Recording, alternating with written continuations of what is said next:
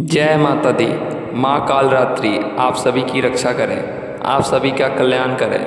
नवरात्रि की सप्तमी तिथि को माँ कालरात्रि की पूजा की जाती है। माँ का रूप भले ही भयंकर लगता हो, लेकिन वे अपने भक्तों की हर विपत्ति हरती है। और माँ कालरात्रि ही वह शक्ति है जो अंधकार को चीरकर प्रकाश का मार्ग दिखाती है। आज की इस वीडियो में हम जानेंगे माँ कालरात्रि की विशेष पूजा विधि, उनके मंत्र, कुछ उपाय के बारे में, कुछ सुविधाओं के बारे में और जानेंगे शुभ मुहूर्त के बारे में। हिंदी पंचांग के अनुसार इस बार सप्तमी तिथि 28 सितंबर दिन रविवार को दोपहर 2:28 से शुरू हो रही है, जिसका समापन 29 सितंबर सोमवार को शाम 4:31 पर होगा। तिथि तो रविवार से ही लग रही है, लेकिन सूर्योदय व्यापनी तिथि 29 सितंबर सोमवार को रहेगी।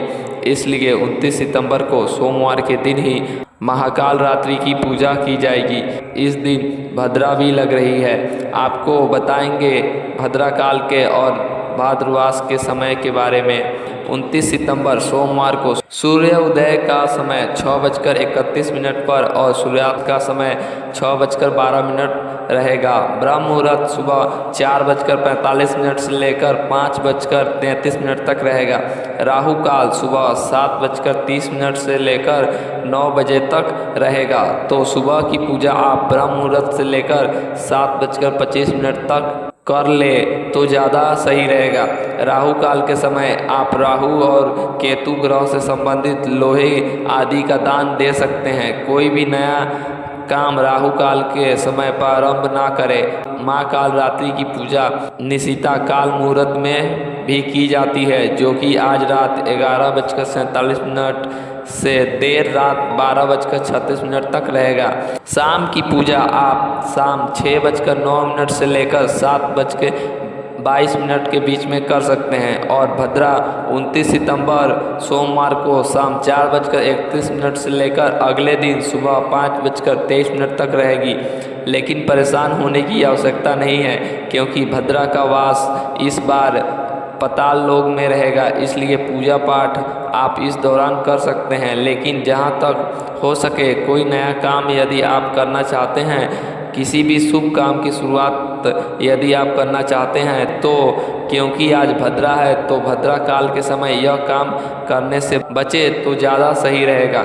माँ कालरात्रि का प्रिय रंग लाल है और आज के दिन माँ को लाल रंग की सामग्री जैसे लाल पुष्प और लाल रंग के भोग जैसे अनार का भोग लगा सकते हैं। इसके अलावा गुड़ और शहद का भी भोग माता रानी को अर्पित किया जाता है। आज हम सभी माँ कालरात्रि की पूजा कर रहे हैं और जीवन का अंतिम सत्य केवल काल यानी मृत्यु ही है। माँ का यह स्वरूप हमें काल के सत्य का साक्षात कराता है। माँ का यह दिव्य रूप नकारात्मक ऊर्जा, भूत प्रेत, दानव, पिशाच आदि का क्षय कर देता है।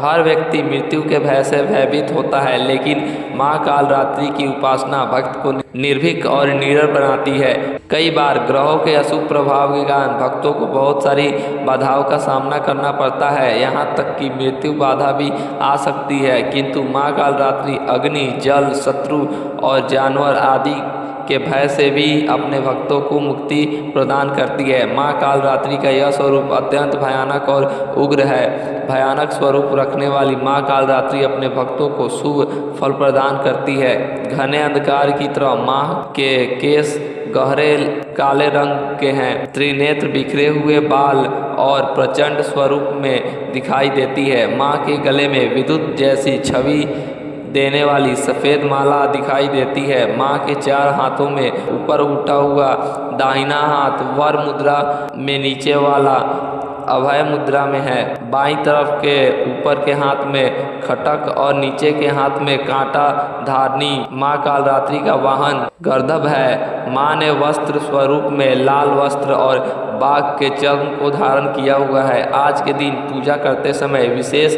सावधानी रखनी चाहिए कि माँ कालरात्रि के स्वरूप को देखते हुए आपके मन में किसी भी प्रकार का भय ना हो। किसी भय की भावना से आज आप पूजा ना करें। अगर आपके मन में कोई शंका रहती है, भय समाया होता है तो ऐसी पूजा का भी पूर्ण फल प्राप्त नहीं होता। इसलिए माता रानी पर पूर्ण विश्वास रखते हुए ही आप पूजा करें। माँ कालरात्रि की पूजा करने के लिए सुबह जल्दी उठकर स्नान आदि से निर्वित हो जाए और फिर धूप जलाकर माँ का पूजन करें। माँ को तिलक लगाए। माँ को लाल फूल जैसे गुलहड़ आदि अलावा आज के दिन आप अपराजिता का पुष्प भी अर्पित कर सकते हैं और इसके बाद विशेष मंत्रों का जाप करें। माँ कालरात्रि की पूजा के मंत्र है ओम देवी कालरात्रि नमः। प्रार्थना मंत्र है या देवी सर्वभूतेषु काल रात्रि रूपेण संस्थिता नमस्तस्यै नमो नमः। फिर माँ कालरात्रि की कथा का श्रवण करें और आज श्री दुर्गा सप्तमी का 12वां और 13वां अध्याय पढ़ा जाता है। इसके साथ ही सभी 13 अध्याय समाप्त हो जाते हैं और अगले दिन अष्टमी तिथि की पूजा में मूर्ति रहस्यम या देवी सूक्तम आदि का पाठ किया जाता है। कथा श्रवण आदि करने के बाद यदि कोई विशेष पाठ आपको करना हो वह आप कर सकते हैं। इसके बाद कपूर जलाकर आरती उतारें और माँ को भोग में अनार गुड़ शहद आदि का भोग लगाएं। पंचम मेवा का भोग भी लगा सकते हैं और मौसमी फल या फलों का जूस भी माँ को अर्पित कर सकते हैं। सच्चे मन से क्षमा याचना करें। यज्ञ करना चाहे तो यज्ञ करे और गाय के जलते हुए उपले पर कपूर रखकर जलाए जिसके ऊपर लौंग का जोड़ा और बतासा अर्पित करे, गुड़ अर्पित करे।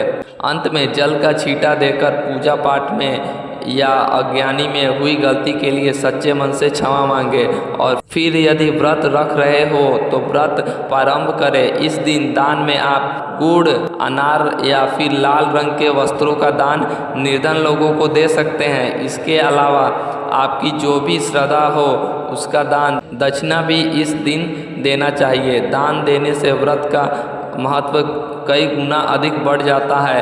तो सुबह इस तरह से पूजा करें और शाम को एक बार फिर से धूप दीप जलाकर माता रानी की पूजा करें और आरती उतारें।